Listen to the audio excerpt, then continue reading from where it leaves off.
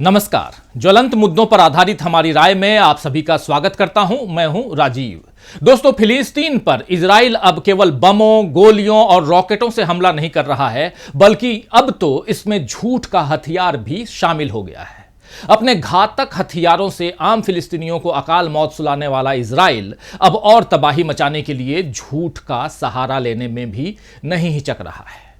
Israel ने किस तरह झूठ बोला है, इस पर हम आगे चर्चा करेंगे, लेकिन उससे पहले बता दूं कि अमेरिकी राष्ट्रपति जो बाइडेन आज इजराइल पहुंच गए।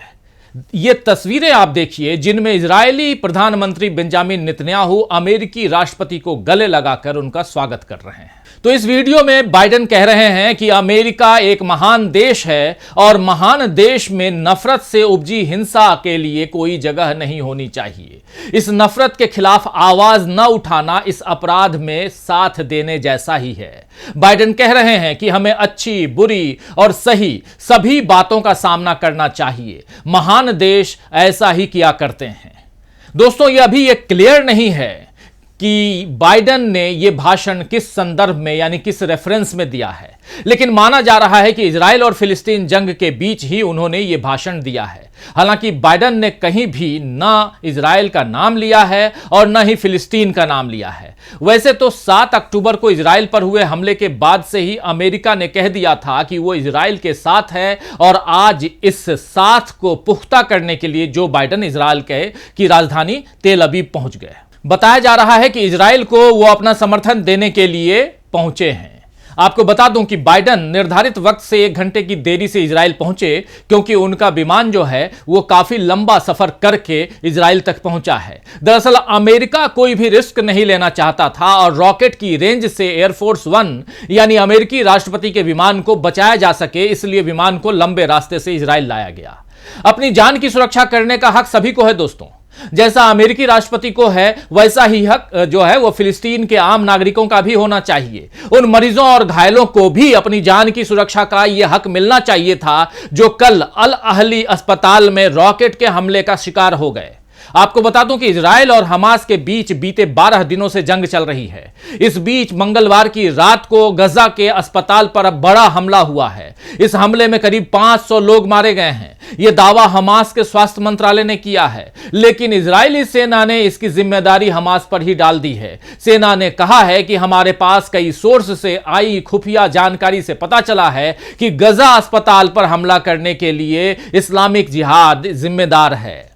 प्रवक्ता डैनियल हगारी ने एक प्रेस कॉन्फ्रेंस में कहा है कि हमले के समय इजराइल का गजा के अस्पताल के पास कोई हवाई अभियान नहीं चल रहा था और हमले के लिए जिन रॉकेटों का इस्तेमाल किया गया था वे उनके उपकरणों से मैच नहीं करते हैं। लेकिन यूएन यानी यूनाइटेड नेशंस में फिलिस्तीन के राजदूत ने इजराइल पर झूठ बोलने का इल्जाम लगाया है। तो दोस्तों, इस वीडियो में यूनाइटेड नेशंस में फिलिस्तीन के राजदूत रियाद मंसूर ने कहा है कि इजरायली प्रवक्ता ने ट्वीट किया था कि इजरायली वायुसेना ने यह हमला किया क्योंकि उन्हें लगा था कि इस अस्पताल के पास हमास का अड्डा है। अब इस ट्वीट को इजराइल ने डिलीट कर दिया है, लेकिन हमारे पास इसकी कॉपी है। अब वो सारी कहानी बदल रहे हैं और हम पर, फिलिस्तीनियों पर इसका आरोप लगा रहे हैं। रियाद मंसूर ने बताया है कि इजरायली सेना ने 1 हफ्ते पहले ही अस्पताल को खाली करने की चेतावनी दी थी। पिछले हफ्ते उन्होंने एक अस्पताल को निशाना भी बनाया था। अब वो झूठ बोल रहे हैं और कहानी गढ़ रहे हैं।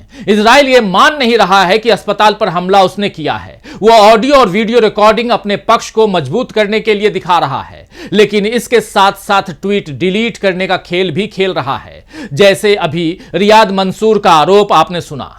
अभी सोशल मीडिया पर एक और ट्वीट चल रहा है दोस्तों, जो नेतन्याहू ने किया था, लेकिन इसे डिलीट कर दिया गया है।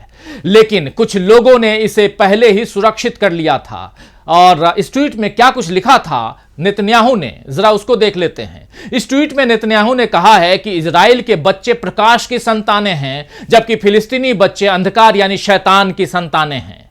आप खुद सोचिए, क्या बच्चों में इस तरह का भेदभाव करना सही है? अपने एक और ट्वीट में नेतन्याहू ने कहा है कि पूरी दुनिया को पता होना चाहिए कि ये गजा में बर्बर आतंकवादी थे जिन्होंने गजा में अस्पताल पर हमला किया था, न कि आईडीएफ ने।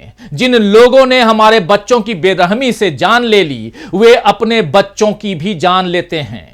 इजराइल के दावे अपनी जगह पर सही हो सकते हैं दोस्तों, लेकिन पूरी दुनिया में इस हमले की निंदा हो रही है। फिलिस्तीनी प्राधिकरण के राष्ट्रपति महमूद अब्बास ने अल अहली अस्पताल पर हुए हमले को भयावह युद्ध नरसंहार बताया है।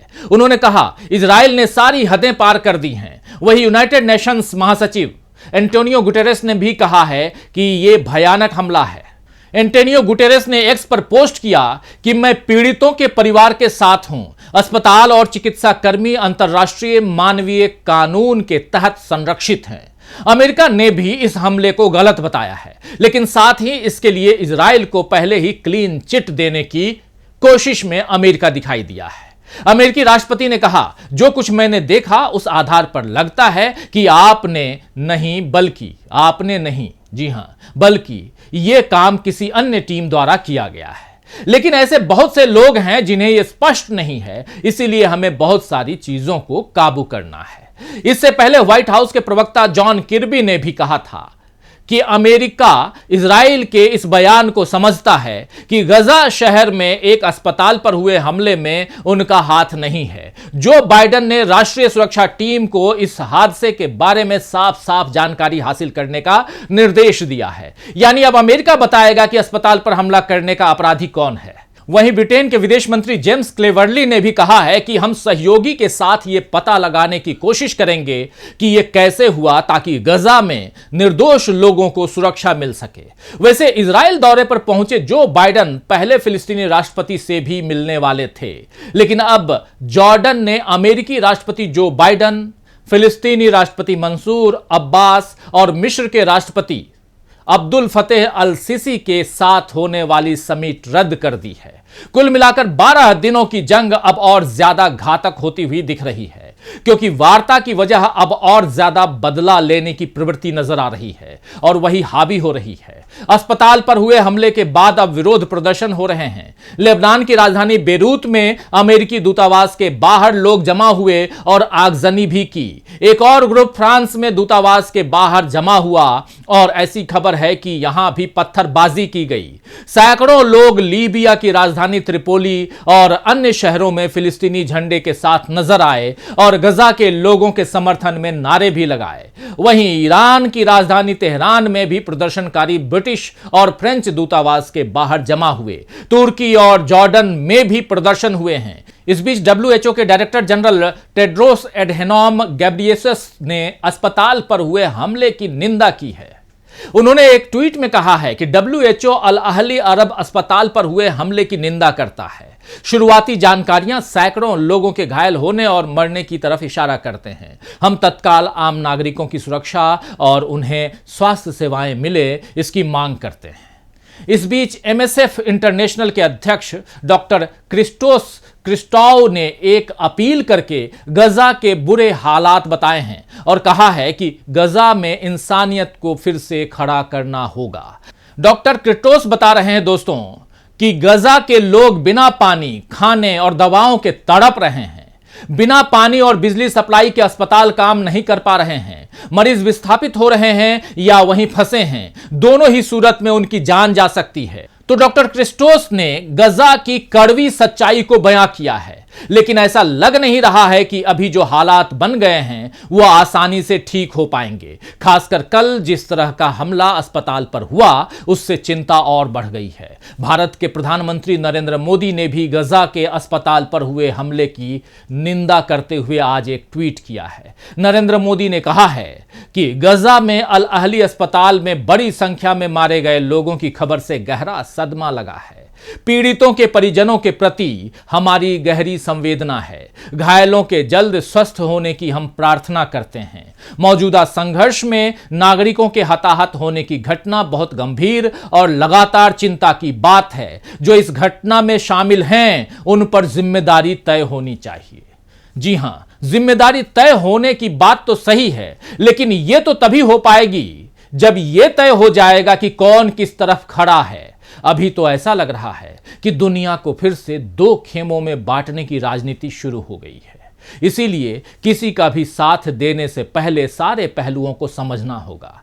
वैसे भारत के लोग मोदी जी से पूछ रहे हैं कि साहब, आप इजराइल पर तो अपनी बात रख रहे हैं, लेकिन मणिपुर पर कब बोलेंगे? तो आज के लिए बस इतना ही। नमस्कार।